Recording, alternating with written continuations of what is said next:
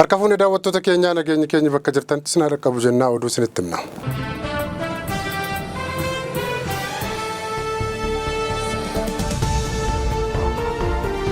Du'aan boqotuu Komaander Faqqadaa Raggaasaa Jaaluu laalchisee ABO'n ibsa gaddaa baaseera. Milkaa'ina qabsoo bilisummaa Oromoo kan adda bilisummaa Oromoon durfamuuf karaa isaaf danda'ameen ijaaramee qooda adda addaa kennaa akka ture Komaander Faqqadaan onkoloolessa 14 bara 2025 du'aan boqotuu laalchisee adda bilisummaa Oromoo gaddatti dhagahame ibseera. Komaander Faqqadaa Raggaasaa Jaaluu waxabajjii bara 1973 abbaasaa obbo Raggaasaa Jaaluu Neenoo fi haadhasaa adde Jaalalii Hundee Raabaarraa godina Horroo Guduruu Wallaggaa aanaa Abee Dongoroo ganda Odaa Boxii iddoo addaa Tulluu Dhalataa jedhamutti dhalatee guddate. Aga umriinsaa ga'uu fi maatiisaaf ajajamuun waan maatiinsaa ajajan hojjetaa akka turee fi wayita umriin isaa mana barumsaa gahee ammoo bara 1980tti mana barumsaa Botoroo Booraatti kutaa tokko hanga 6ffaatti barateera. Komaander Faqqadaan barumsa isaatti cimaa waan tureef waggaa osoo hin fixiin kutaatti darbaa waan tureef sadarkaa tokkoffaa dafee xumureera. Bara 1985 fi 1986 mana barumsaa sadarkaa tokkoffaa fi giddugaleessa lammaffaa Dongorootti barachuun sadarkaa lammaffaa ba'uun badhaafameera ka jedhu ibsi kun kutaa 9 hanga 12 mana barumsaa olaanaa Shaambuutti baratee xumuruus yaadachiseera. Bara 1993 poolisii Oromiyaa dorgomee darbuun mooraan leenjii poolisii Oromiyaa Sanqalleetti leenjee aanaa masaatti ji'a 2 miseensa ta'ee erga hojjetee booda hubannaa fi dammaqinsa qaburraa bara 1994 hanga 1997tti qorataa barreessaa fi ajajaa poolisii aanaa ta'uun hojjechaa turuu seenaa isaatu hima. Sanqalleetti deebi'ee leenjii dabalataa fudhachuun tokkoffaa ba'ee guutummaa mooraa leenjichaa irratti erga badhaafamee booda godina Wallagga Bahaatti itti gaafatamaa garee qorannaa yakkaa ta'ee haga tokko hojjeteera jedha ibsi ABO'n baase. Haga bara 1999tti poolisii Oromiyaa keessatti fuula hojii adda addaa irratti akka hojjete seenaa isaarraa hubatameera. Komaander Faqqadaa Raggaasaa bara 1999 ji'a Majjii keessa hooggantootaa fi miseensota poolisii naannolee irraa poolisii federaalaa namoota 98 filatee fudhate keessaa tokko ta'uun guraandhala 1999 haga 2001tti barumsa saayinsii poolisii fi seeraatiin qo'annoo jibbinsaa fi hadheeffannaa malaammaltummaa irratti qaburraa kan ka'e malaammaltummaa Oromiyaa keessaa fi falasaa mata duree jedhu irratti hojjechuun dippiloomaadhaan pirezidaantii biyyattii duraanii yeroo sanaa Dr. Nagaasoo Gidaadaa bakka jiranitti akka eebbifame seenaa isaatu dubbata.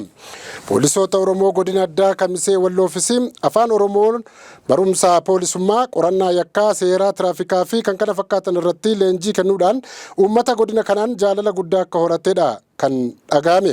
Komaander Faqqadaan barumsaa fi hojii isaatti jabaa ta'uu irraa koomishiniin poolisii Oromiyaa hoogganaa poolisii godinaa gochuun godina Arsii aanota 25 fi magaalaa Asallaa dabalatee hoogganummaa irratti muudameera.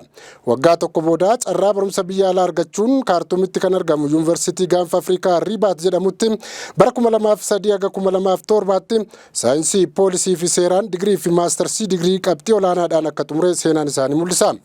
Komaander Faqqadaa Raggaasaa barnoota isaarraa akka deebi'een koomishinii poolisii Oromiyaatti hoogganaa olaanaa damee ittisa yakkaa fi damee qorannaa yakkaa ta'ee hojjetuun Oromiyaa fi naannoo kibba Itoophiyaa akkasumas Beenishaangul Gumuzii fi kan kana fakkaatan gidduutti walitti bu'iinsa uumamee ture dhaabsisuuf miidhamni uummata isaarra kan geenye ittisuuf boqonnaa malee ogummaa qabuun hojjetaa akka turee fi kanaanis jaalala akka horatee seenaa isaarraa ni hubatama jedha ABO'n ibsa baaseen. Sabboonummaan Komaander Faqqadaan qabuu fi barumsa inni argatetti kanneen gammachuu hin qabne meeshaa diinaa ta'anii warri saba isaanii miidhuun jireenya tolfatan qocholloo fi dhiibbaa siyaasaa wal make irratti deemsisuun bara 2010 poolisii Oromiyaa gadhiisee akka ba'u taasiseera jedha ibsi ABO'n baase kun.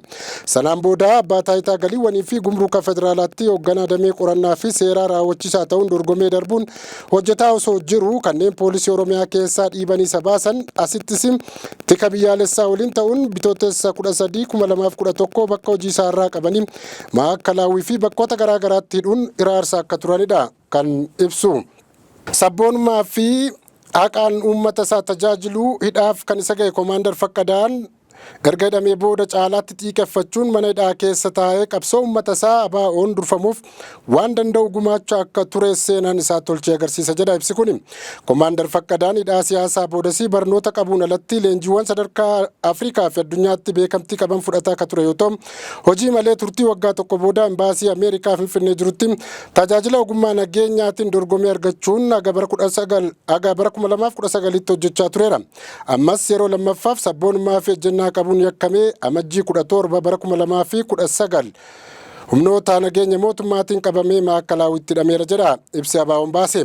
Komaandar Faqqadaa Raggaasaa lubbuun isaa darbutti baankii Awaashitti kutaa nageenyaatti dorgomee mo'achuun nageenya baankichaatti wabii gochuuf namoota ogummaa loltummaa qaban poolisii Oromiyaa waliin ta'uun bakka hooggansaa fi nageenya baankichaatti filuun dargaggootaa fi uummata keessas leenjii ogummaa kennuufiin namoota hedduuf carraa hojii akka uumee fi nageenya baankichaas mirkaneessuutti akka milkaa'e seenaa isaarraa hubachuun danda'ameera. Komaandar Faqqadaan yeroo mana hidhaa maakkalaawitti hidhamee dararamaa ture haalaan miidhamuu fi lafa simmintoorra waan ciibsamaa tureef dhibeen qorraa yeroo sana isa qabee haalaan itti hammaatuun yeroo dheeraaf yaalamaa erga ture booda irraa fayyuu waan dadhabeef onkoloolessaa 2025tti du'aan addunyaa kanarraa boqoteera. Komaandar Faqqadaa Raggaasaan adde Siinqee Toleeraa Iddeessaa waliin gaa'ila kan ijaarrate yoo ta'u, abbaa ijoollee 4 dhiira 2 fi durba 2ti. Adda Bilisummaa Oromoon du'aan of biraa dhabuu sabboonaa fi qabsaa'aa Oromoo Komaandar Faqqadaa Raggaasaatti gaddatti dhaga'ame irra deebi'ee ibsata. Maatii fi firootanii firiyoota isaaf jajjabina hawweera. Kabajamtoota daawwattoota keenyaa nutis maatii fi firootan Komaandar Faqqadaa Raggaasaa fi irra deddeebinee jajjabina hawwinaafi.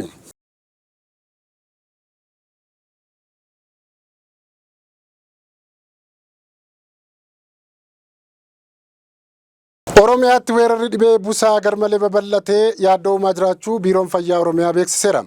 Dhibeen bookee busaa Oromiyaa keessatti yaaddoo fidaa akka jiru Biiroon Fayyaa Oromiyaa beeksiseera. Ta'us dursanii ittisuuf hubannoo hawaasaa cimsuufiin hojii bal'aan hojjetamaa akka jiru immoo kaasaniiru. Hooggantuun Biiroo Fayyaa Oromiyaa Profeesar Natsaannet Warqinaan. Hooggantuun biirichaa walgahii kurmaana tokkoffaa bara 2018 akka lakkoofsa Giiziitti har'a miidiyaaleef ibsaniiru. Dhukkuba daddarboo bifa weeraraatiin uumamuu danda'an dursaniif ittisuuf hojiin bal'aa hojjetamus amma garuu dhibeen busaa garmalee babal'achuun isaa yaaddoo uumeeraa jedhan. Kanaanis dhukkuba busaa yaaddoo ta'aa jiraachuu fi dursanii ittisuuf hubannoo hawaasaa cimsuun akkasumas hawaasa kitila tokkoo fi 200,000 hirmaachisuun iddoo wal hormaata isaa qulqulleessaa akka jiranidha kan Profeesar kaasan. Bara baajataa kana keessatti guyyoota 3 darbaniif naannoon Oromiyaa magaalaa Adaamaatti walgahii kurmaana tokkoffaa gaggeessaa akka jiru yoo ta'u, kanaanis hojiilee gammaatti hojjetamaa jiranii fi rakkoolee naannicha keessatti yaaddessaa ta'anis kaasaniiru. Kana keessaa dhibeen busaa haala yaaddessaa ta'uudhaan hawaasa Oromoo miidhaa akka jiru Profeesar Natsaannet Warqinaa himaniiru.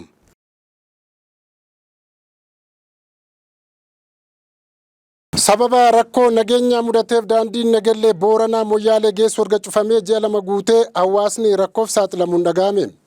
Rakkoo nageenya daangaa Oromiyaa godina Booranaa ba'aa fi naannolee Sumaalee jidduutti mudateen daandiin Nagellee Booranaa gara Moyyaalee geessu cufamuun jiraattonni rakkata akka jiran natti himaniiru jechuun Addis Istaandardi baaseera. Akka jiraattonni jedhanitti rakkoo nageenya naannoo daangaa Oromiyaa fi Somaalee gidduutti mudateen rakkoon hedduu saaxilamaniiru. Keessumaa daandiin Moyyaalee ka'ee Borborii fi Waacilleen qaxxaamuree Nagellee Booranaa geessu sababa rakkoo nageenyaaf jecha ji'oota 2dha erga cufame. Hawaasni rakkoo adda addaafis saaxilameera. Hawaasni deemee wal dubbisuu yaalaaf gara magaalaa deemuu dhabuu bu'uuraaleen tajaajila hawaasummaa dhibuun hawaasichi garmalee miidhaaf akka saaxilamu taasiseera jedhu jiraattonni miidiyaan sun dubbise. Jiraataan magaalaa Moyyaalee tokko sababa waraana sanaatiin geejjibni uummata Moyyaalee irraa ka'ee Nagallee deddeebisuu dhabamuun daandiin uummataa gargar cituu ibseera. Sababa sanaaf uummanni galma lachuutu rakkachaa akka jiranidha kan himame. Booranni Nagallee Boorana deemuuf karaa magaalaa hawaasaa deemuu akkasumas jiraattonni naannoo Somaalees Moyyaalee irraa Udaatti deemuuf karaa Laayee deemuuf akka dirqamaa jirantu himama. Dhimma kanaan wal qabatee aangawoonni mootummaa rakkoo uummanni kaasu kana haalaniiru jechuun sabaa himaan sun himeera. Akka yaada jiraattota magaalaa Booranaatti yoo ta'e erga rakkoon daangaa mudatee ammas dhibdeen nageenyaa garmalee waan jiruuf uummanni rakkoo hamaa keessa jira jedhu. Dhimma kanarratti aangawaan naannoo Somaalee daandiin banaadha yoo jedhus jiraattonnii fi hawaasni naannaa sana deddeebi'an garuu ammallee daandiin cufaa akka ta'ee fi hawaasni rakkoof saaxilamaa akka jirudha kan dhagahame. Ji'a lama duraa rakkoo daangoo naannoo Sumaalee fi Oromiyaa gidduutti uumame jiraattonni dhibbootatti lakkaa'aman qe'ee fi qabeenya isaanii irraa buqqaa'uu ONN isinii gabaasuun keenya kan yaadatamudha. Kirkirra lafaa torban darbe naannoo Affaarii fi Tigraayitti mudateen namoonni 43,000 ol rakkoo namoomaaf saaxilamuu gamtaan Awurooppaa beeksiseera. Balaa kirkira lafaa dhiyeenya kaaba Itoophiyaa naannolee Affaarii fi Tigraayitti mudatee ture hordofee namoonni 43,000 ol gargaarsa akka isaan barbaachisu Daariktarri waliigalaa dhimma eeggannoo namoomaa fi gargaarsa Komishinii Gamtaa Awurooppaa beeksiseera.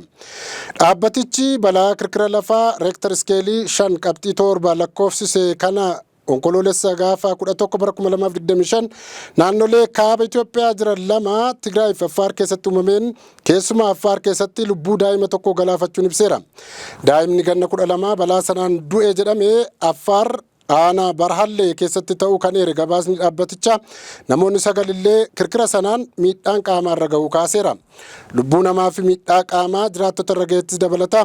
Manneen jireenyaa fi bu'uuraaleen misoomaa kaanis balaa sanaan manca'uun gabaafamee jira. Sanaanis Affaaritti ammas manneen 1,400 ol kan manca'an yoo ta'u, bu'uuraaleen tajaajila hawaasaa kennan kanneen akka mana barnootaa fi buufata fayyaa 12 fi boolli bishaan dhugaatii 150 ta'an manca'anii maatiin hedduun tajaajila bu'uuraa hawaasaan ala ta'uu fi dheebuuf saaxilamuun dhagahameera. Aangawoonni naannoo Affaar jiraattonni gandoota 5 walii galaan taatee sanaan rakkatanii gargaarsa kan fedhan ta'uu ibsanii lakkoofsi namootaa fi haala gargaarsa barbaachisu adda baasuuf mootummoota gamtoomaniitti waajjirri qindeessaa gargaarsa mootummoota gamtoomanii OCHA'n ogeeyyii garasitti bobbaasuun gabaafameera. Haaluma wal fakkaatuun balaa kirkira lafaa Tigraay naannoo magaalaa Maqaleetti mudateen qabeenya hedduu barbadeessuu biiroon ittisa balaa Tigraay beeksiseera. Balaan keessumaa Maqalee fi naannawaa isheetti mudate sun manneen 40 guutummaa guutuutti kan mancaasee fi kanaanis namoonni 225 olitti siiqan rakkoof saaxilamuu aangawoonni naannichaa ibsaniiru. Daariktarri waliigala dhimmoota eeggannoo namoomaa fi gargaarsa Komishinii Awurooppaa balaa sana hordofee hawaasni rakkoowwan hedduun duraan miidhamaa turan saaxilamoo ta'aniiru erga jedhanii booda ammas gargaarsa warra miidhame kanaaf dhiyeessiif hojiin jalqabu ibseera.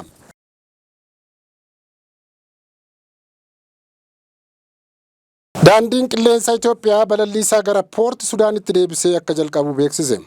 Daandiin xiyyaaraa Itoophiyaa imala isaa duraan addaan kutee ture kaleessa onkoloolessa gaafa 15/2025 irraa jalqabee gara poorti Sudaanitti balallii akka itti fufu beeksiseera. Daandiin xiyyaaraa kun onkoloolessa 5 irraa eegalee gara poorti Sudaanitti balallii guyyaa guyyaa akka taasisu ibseera. Akkasumas sadaasa 1/2025 irraa eegalee balallii tokko ture guyyaatti yeroo lamatti akka guddisuus ibseera. Waraana raayyaa ittisa biyyaa Sudaanii fi humna addaa biyyattii gidduutti ka'ee sababeeffachuun baatii eebilaa 2015 irraa eegalee mootummaan Sudaan magaalaa guddoo Kaartum irraa erga baqatee booda yeroof teessoo isaa gara poorti Sudaan kan kutaa baha biyyattii keessatti argamtu jijjiirrachuun biyyattii bulchaa ture. Kana hordofuun daandiin qilleensaa kun balallii wal duraa duubaan gara poorti Sudaan taasisaa akka ture yoo ta'u, ji'oota dura wal abdee biyyattii keessatti bifa haaraan ka'ee hordofee balallii isaa gara poorti Sudaan dhaabuuf dirqameera. Kanaan osoo jiru kaleessa irraa eegalee imala duraan addaan kute deebisee akka itti fufu daandichi fuula miidiyaa hawaasummaa isaa irratti ibsa baaseen ifoomseera. Boqachuu gameessa siyaasaa Keeniyaa Raayilaa Odingaa hordofee alaabaan biyyattii guyyoota 7 gadi siiquun akka fannifamu pirezidaantiin Keeniyaa Wiiliyaam Ruutoon ajaja dabarsaniiru. Hoogganaan mormituu siyaasaa beekamaa Keeniyaa du'uu hordofee aangawoonni biyyoota garaagaraas gadda ibsaanii ibsachaa jiru. Namni kun nama dimookiraasiin akka hundeen gadi jabaatuuf Afrikaa keessatti dorgomaa kan hin qabne jechuun maqaan isaa tarree jalqabaa irratti kan dhaamu yoo ta'u, bara 2009 hanga 2013tti muummee ministeera biyyattii ta'uun kan tajaajilaa turan yoo ta'u, bara filannoo 2022 immoo pirezidaantummaaf dorgomuun xiqqoomaaf Wiiliyaam Ruutoon injifatamaniiru.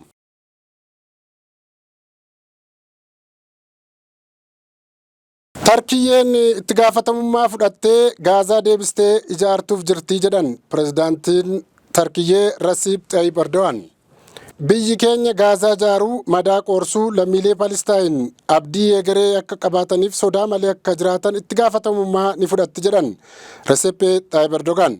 Pirezidaantichi kana ka dubbatan waliigaltee nagaa buusuu waraana Israa'elii fi Hamaas gidduutti wayita jaarsummaa ta'anittidha. Waraana waggoota dheeraaf lubbuu lammiilee nagaa galaafatee xumuratti gochuuf dheengadda mootummoota biyyoota garaa garaarraa Masriitti qaamoleen wal waraanaa jiran araarsaniiru. Kanaan wal qabatee Hamaas lammiilee Israa'el booji'ee ture 20 ol gadhiisuu akkasumas faallaa isaatiin ammoo Israa'el namoota hiitee turte baay'inaan gadhiisuudha kan dubbatamaa jiru. Ameerikaan namoota waa'ee du'a Kaarli Kirk barreessan irraa viizaa haquu adabuu ishee beeksifte. Kaarli Kirk ajjeefamuu wal qabatee namoota karaa fuula miidiyaa hawaasaa isaaniin gammaduun ibsatan adamsitee qabaa jiraachuun beeksifteetti. Bulchiinsi Tiraamp akka jedhetti namoota 6 irraa viizaa haquu beeksiseera. Akka ministeerri haajaa alaa Ameerikaa himetti yoo ta'eef namoonni biyya alaa ta'anii lammii Ameerikaaf du'aawwan keessummeessuuf dirqaman qabdu jedhanii haquu isaanii karaa fuula X isaanii barreessuun dabarsaniiru. Namoonni viizaan isaanii jalaa haqames ajjechaa miseensa warra Riippaabilikaanaa ka ta'e Kaarli Kirk fulbaana keessatti dhukaafamuun ajjeefame wal qabatee tarkaanfii fudhatamedha jechuun ministeerichi himeera. Haa ta'u malee namoota viizaan isaanii jalaa haqame maqaa isaanii hin tarreessine. Lammiin biyya Afrikaa kibbaa tokko garuu viizaan isaa jalaa haqamu Washington Post himeera. Kaarli Kirk michuu Tiraamp jabaadha jedhamuun kan dubbatamu yoo ta'u nama yaada isaa bilisaan ibsachuu fi Ameerikaa duudhaa ganamaatti deebisuuf nama dargaggoota kakaasaa ture yoo ta'u fulbaana keessa kutaa bulchiinsa Utaa keessatti utuu haasaa taasisuu ganna 31ffaatti namaan ajjeefame. Kanaanis warra Riippaabilikaan biratti akka gootaatti yaadatama. Egaan kabajamtoota daawwattoota keenya oduu har'aaf jenne kanumaan goolabnaa turtii gaarii isiniin jenna.